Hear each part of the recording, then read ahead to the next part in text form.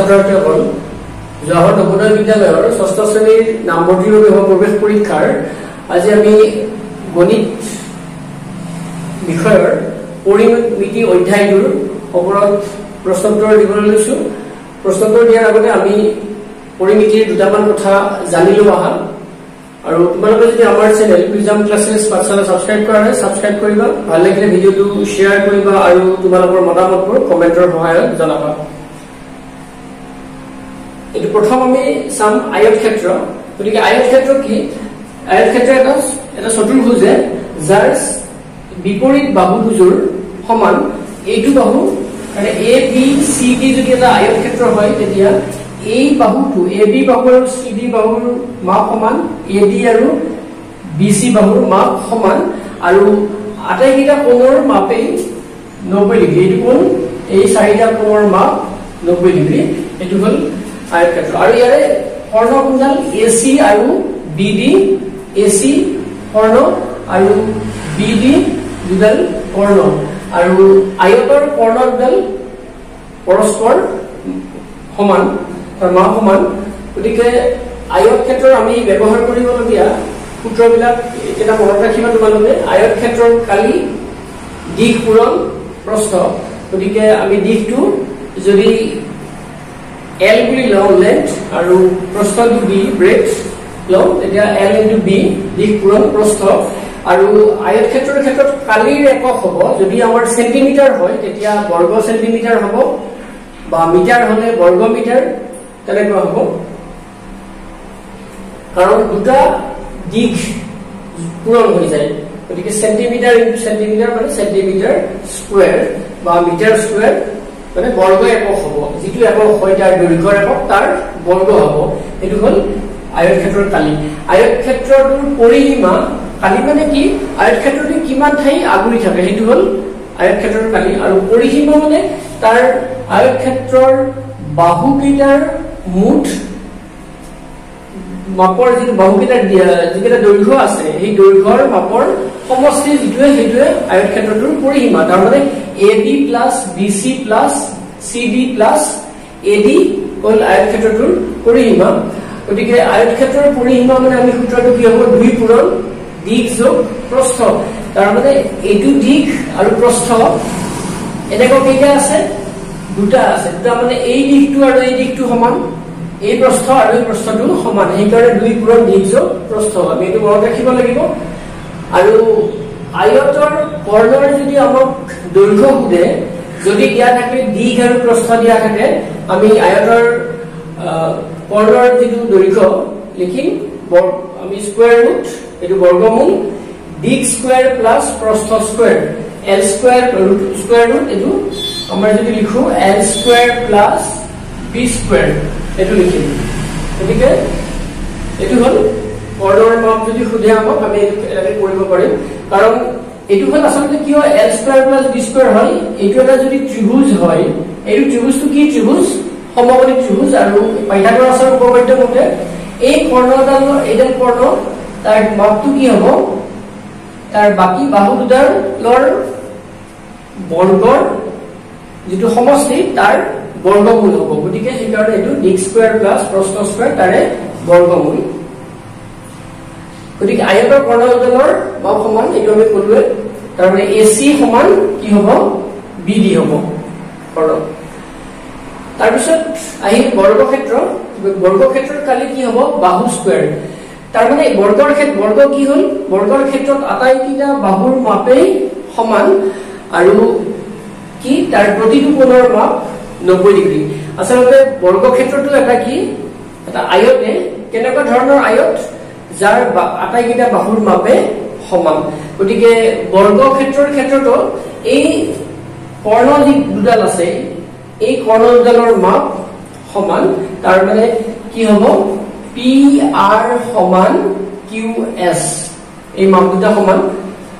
বৰ্গক্ষেত্ৰৰ কালি পালো। বৰ্গক্ষেত্ৰৰ এটা বাহুৰ মাপ উলিয়াব লাগিলে যদি কালি দিয়া থাকে আমি কালিৰ কি উলিয়াম? বৰ্গমূল উলিয়ালে বৰ্গৰ এটা বাহুৰ মাপ পাম। আৰু বৰ্গৰ পৰিসীমা মানে 4 পূৰণ বাহু, কাৰণ আটাইকেইটা বাহুৰ মাপে সমান। গতিকে 4টা বাহু আছে, গতিকে 4 পূৰণ বাহুৰ দৈৰ্ঘ্য বাহু মানে বাহুৰ দৈৰ্ঘ্য আৰু বৰ্গক্ষেত্ৰৰ কৰ্ণৰ মাপ যদি দিয়াব লাগে আমি বাহুৰ মাপ জানিব লাগিব তেতিয়া কি বৰ্গমূল 2 পূৰণ বাহু স্কয়াৰ ৰুট 2 ইনটু বাহুৰ দৈৰ্ঘ্যটো আৰু বৰ্গক্ষেত্ৰৰ বাহু আমাক যদি উলিয়াব লাগে পৰিসীমা দিয়া থাকে পৰিসীমাটোক আমি 4 দিয়ে হৰণ কৰিলে কি পাম বৰ্গক্ষেত্ৰৰ এটা বাহুৰ মাপ পাম এতিয়া আমি সমান্তৰিকৰ কথা চাওঁ হা সমান্তৰিক কি সমান্তৰিক হ'ল যেটো চতুৰ্ভুজৰ বিপৰীত বাহু দুজোৰ পৰস্পৰ সমান সেই চতুৰ্ভুজটো কি বুলি কোৱা হয় সমান্তৰিক বুলি কোৱা হয় এটা আয়তটো এটা সমান্তৰিকে তোমালোকে নাভাবিবা যে সমান্তৰিকটো আমি সদায় এনেকে হেলনীয়াকে ৰাখিব লাগে আমি যদি এনেকে ৰাখো এইটো এটা সমান্তৰিক মাত্ৰ বিপৰীত বাহু দুজোৰ সমান হলে সেইটো সমান্তৰিক গতিকে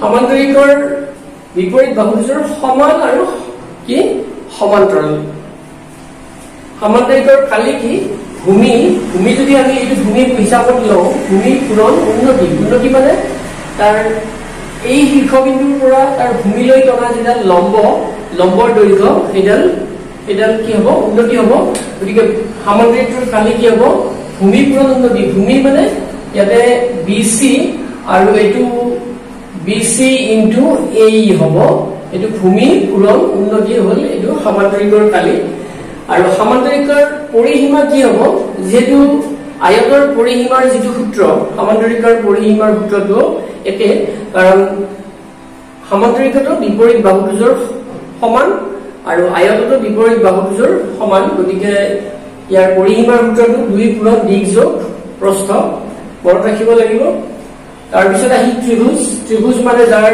তিনিটা কি থাকে বাহু থাকে তিনিটা বাহুৰে আবদ্ধ ক্ষেত্ৰক কি বুলি কোৱা হয় ত্ৰিভুজ বুলি কোৱা হয় গতিকে ত্ৰিভুজৰ কালি হাফ ভূমি পূৰণ উন্নতি গতিকে আমি যদি এইটো ভূমি বুলি ধৰো QR টো হাফ QR ইনটু উন্নতি PS আমি শীৰ্ষৰ পৰা ভূমিলৈ টনা যিডাল লম্ব সেই লম্বকে কি বুলি কোৱা হয় উন্নতি বুলি কোৱা হয় গতিকে হাফ QR এই ত্ৰিভুজটোৰ কালি হ'ব হাফ QR ইনটু PS তাৰ পিছত আমাৰ ত্ৰিভুজৰ যদি আমি পৰিসীমা বুলি ক'ব লাগে তিনিটা বাহুৰ যোগফল উলিয়ালে আমাৰ কি হ'ব ত্ৰিভুজটোৰ পৰিসীমা হ'ব এটা ত্ৰিভুজত কোণ কেইটা থাকে তিনিটা কোণ থাকে বাহু যিমানটা থাকে কোণ সিমানটা গতিকে তিনিটা বাহু তিনিটা কোণ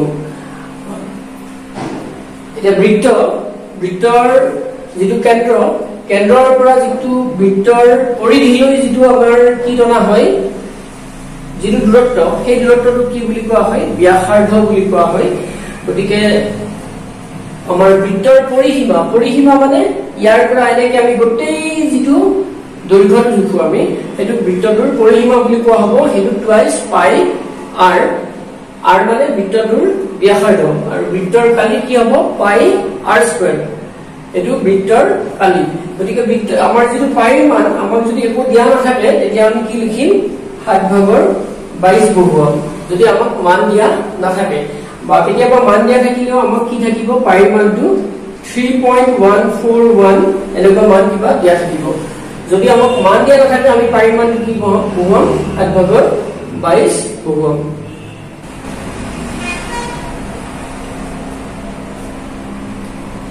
ঘনক চাবা ঘনক হ'ল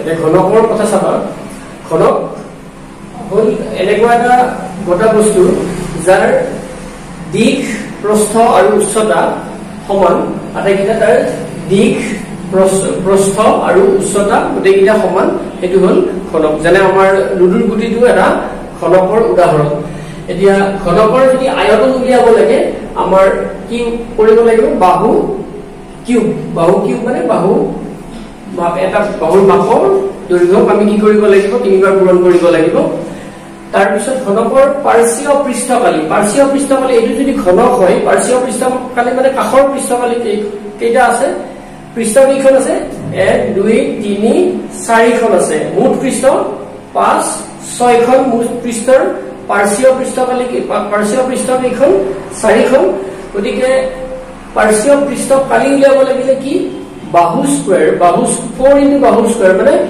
এটা পিঠিৰ কালি এখন পৃষ্ঠৰ কালি মানে কি হ'ব বাহু স্কয়াৰ কাৰণ এখন পৃষ্ঠৰ কালি মানে এটা বৰ্গৰ কালি কাৰণ ঘনকৰ আটাইকেইখন পিঠিয়ে এটা কি বৰ্গ হয় গতিকে চাৰিটা বৰ্গ আছে চাৰিওফালে গতিকে 4 ইনটু বাহু স্কয়াৰ তেনেকে ঘনকৰ মুঠ পৃষ্ঠকালি যে 6খন কি আছে পিঠি আছে আৰু 6খন পিঠিৰ আটাইবোৰে বৰ্গাকৃতিৰ গতিকে 6 ইনটু বাহু স্কয়াৰ তেনেকে ঘনকৰ বাহুৰ মাপ উলিয়াব লাগিলে যদি আয়তন দিয়া থাকে তেতিয়া আমি কি কৰিব লাগিব আয়তনৰ ঘনমূল উলিয়াব লাগিব ঘনমূল মানে যেটো কিউব যিমান থাকিব তাতকে জানে আমাৰ 27 ৰ আমাৰ ঘনমূল কিমান হ'ব 3 হ'ব তাৰ মানে 27 টো আমি কি তিনিটা একে সংখ্যা পূৰণ কৰিলে 27 পাম 3 গতিকে 27 ৰ ঘনমূল 3 তেনেকে আমি যদি চাও 64 ৰ ঘনমূল কিমান 4 4 গুণ 16 4 গুণ 64 গতিকে 4 কিন্তু যদি আমি 64 ৰ বৰ্গমূল যদি চাও এটো 8 হ'ব আমি বৰ্গমূলৰ ক্ষেত্ৰত ইয়াৰ দুইটো নিলিখিব পাৰো আমাৰ সাধাৰণতে আমি দুইটো নিলিখো লিখিলে ভুল নহয় কিন্তু ঘনমূলৰ ক্ষেত্ৰত আমি ইয়াতে তিনিটো লিখিব লাগিব তাৰ মানে 4 তিনটা পূৰণ কৰিলে আমি কি পাম 64 পাম 8 দুটা পূৰণ কৰিলে 64 পাম হল গতিকে ঘনকৰ এটো আমি পালো ঘনকৰ বাহু আমি এই সূত্ৰটো পৰা পাইছো ঘনকৰ এই সূত্ৰটোৰ পৰা পাইছো পৃষ্ঠকালি মুঠ পৃষ্ঠকালি এটো বৰ্গমূল হৰণ 6 তাৰে আমি কি উলিয়াম বৰ্গমূল উলিয়াম এটো হল ঘনক এবাৰ চাবা আয়তীয় ঘনক এতিয়া আয়তীয় ঘনক হল এটো আমাৰ এটা আয়তীয় ঘনক যাৰ দিশ এটো দিশ প্ৰস্থ আৰু উচ্চতা বেলেগ বেলেগ হ'ব পাৰে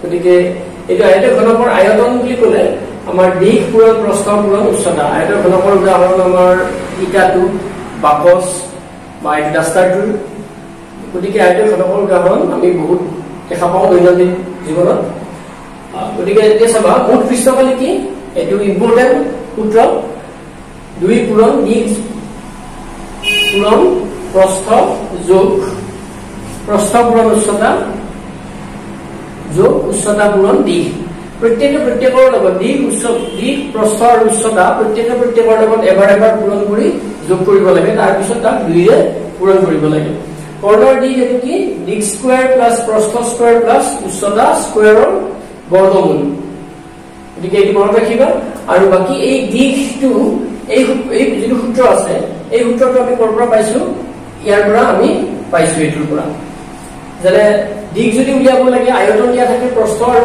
উচ্চতা দিয়া থাকে তাকে তেতিয়া আমাৰ কি হ'ব এইটো ইফালে লৈ আহিলে বাওফালে লৈ আহিলে প্ৰস্থ আৰু উচ্চতা বাওফালে লৈ আহিলে তলত আহিব গতিকে দিশ ইকুৱেল টু আয়তন হৰণ প্ৰস্থ পূৰণ উচ্চতা একেদৰে প্ৰস্থ ইজ ইকুৱেল টু আয়তন হৰণ দিশ পূৰণ উচ্চতা তেনেকে উচ্চতা সমান আয়তন হৰণ দিশ পূৰণ প্ৰস্থ গতিকে আমাৰ এইকেইটা হল আমি কি পালো সূত্ৰ পালো এই সূত্ৰকেইটা তোমালোকে ভালদৰে চাবা আমি নেক্সট ভিডিঅ'ত আমি ইয়াৰ ওপৰত আগৰ পৰীক্ষাত অহা প্ৰশ্নবিলাক দিবলৈ যত্ন কৰিম আজিলৈ ইমানতে সামৰিছো ধন্যবাদ